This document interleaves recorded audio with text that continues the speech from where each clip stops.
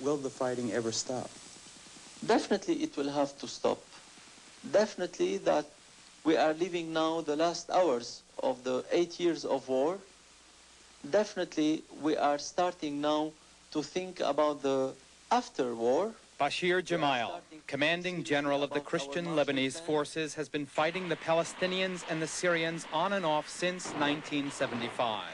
But it took the Israeli invasion to give his side a chance of victory. We always kept saying that Lebanon is easy to eat, but very difficult to digest and almost impossible to digest. The Syrians and the Palestinians didn't understood all that. They kept playing tricks in Lebanon. They kept playing with the fire in Lebanon. We kept telling them, don't. They never understood, and here we are. Until very recently, it was Gemayel who was never understood. When 2020 first interviewed him a year and a half ago, he was a political unknown outside his own country. A man with a cause virtually no international diplomat or news person even wanted to hear. Until now, the U.S. public opinion don't know that we are fighting the same combat and the same fight for the same values and the same interests. As the United States? As the United States. And I think that this is why we were destroyed. A year ago or less, American officials wouldn't even return your telephone calls. What have they discovered? I feel, and I must say to be fair, that when we started to be organized, the U.S. have started to understand us more and more. And the more united and the more organized we were, the more the U.S. were giving us a more responsible ear, and they were listening more and more to what we had to say. You are right to say that a few months ago they will even not return my call.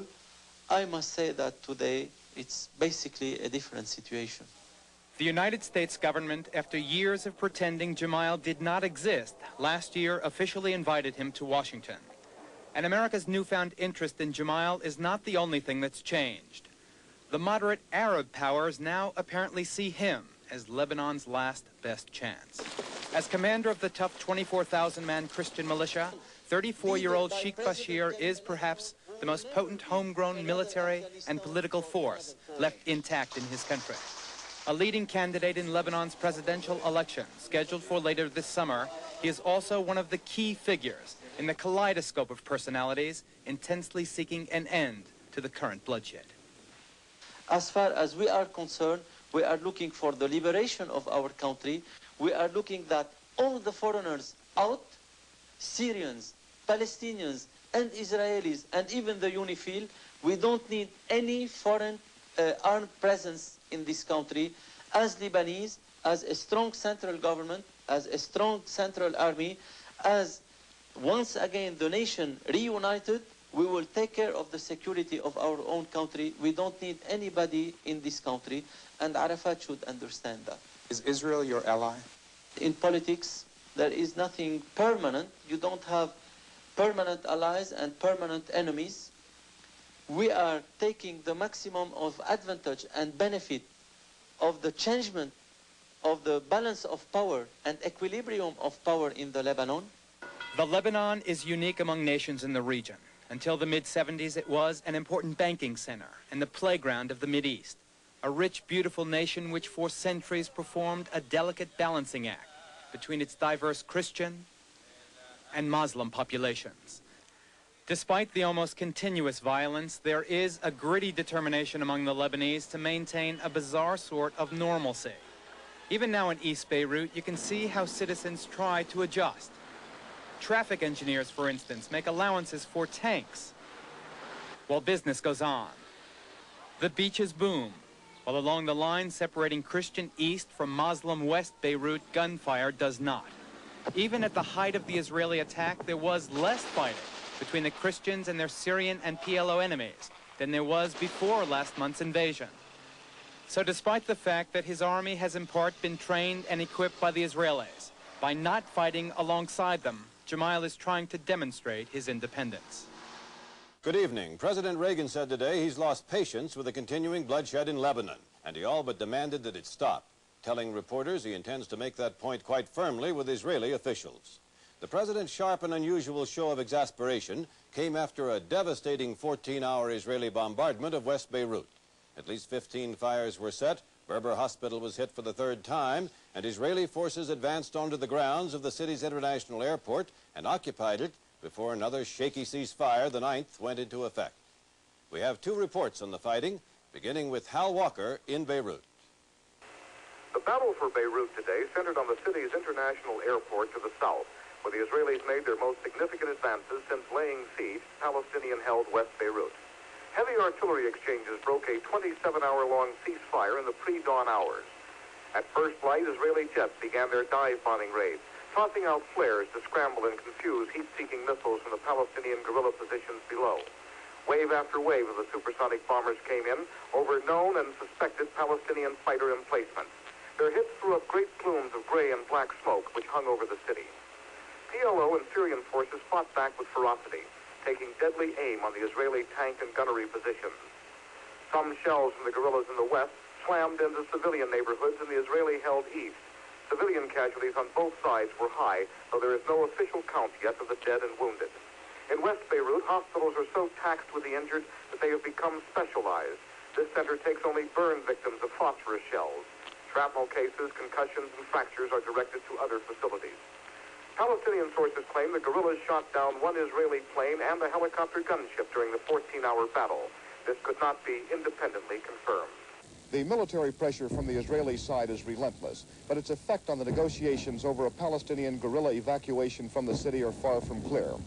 The PLO says it has given every concession it can, and now demands that the Israelis pull back to allow the guerrillas to leave the city. Hal Walker, ABC News, West Beirut. Some days ago, when Israel charged the PLO with stalling and not finalizing plans to evacuate Beirut, they may have been right. The PLO is an organization with many different opinions. More to the point, after all the Israeli pounding that Palestinian fighters have taken, Arafat needed time to convince his men on the front line they had helped win what Arafat is said to regard as a very significant political victory. The thesis, expounded by PLO political advisors, goes like this. The president's envoy, Philip Habib, may not talk directly to Yasser Arafat, but he puts to the Israelis the PLO point of view. Recognition, say Palestinians, they are equally important. The United States supports the organization of a multinational force, possibly including U.S. Marines, to protect Palestinian civilians from right-wing Christians after the PLO security cover is removed. And finally, it's Philip Habib who's been canvassing the Arab world in search of sanctuary for the PLO fighters and their leadership. Palestinians here find the situation ironic. Suddenly, it is not the Arab states, not the Soviet Union, but as they see it, the United States of America, which has become the guarantor of the PLO's political survival. For 2 weeks, negotiations for a PLO withdrawal continue. But Yasser Arafat prolongs the talks in an effort to win concessions from the United States and Israel. Only after heavy Israeli aerial and artillery bombardments does the PLO agree to drop its demands and leave. An international peacekeeping force comprised of French, Italian, and American soldiers is sent to ensure their safe exit. 1 week later, Bashir Gemayel is elected president of Lebanon. The Marine Amphibious Task Force, earmarked as the American unit to help in the evacuation of the PLO from Beirut, sailed from Naples, Italy this morning. It could be off the coast of Lebanon by Thursday night, where it will join the aircraft carrier USS Independence. Pentagon sources say the Marines have been ready for weeks, but negotiators in Beirut asked the military not to send the troops until most negotiating snags had been removed.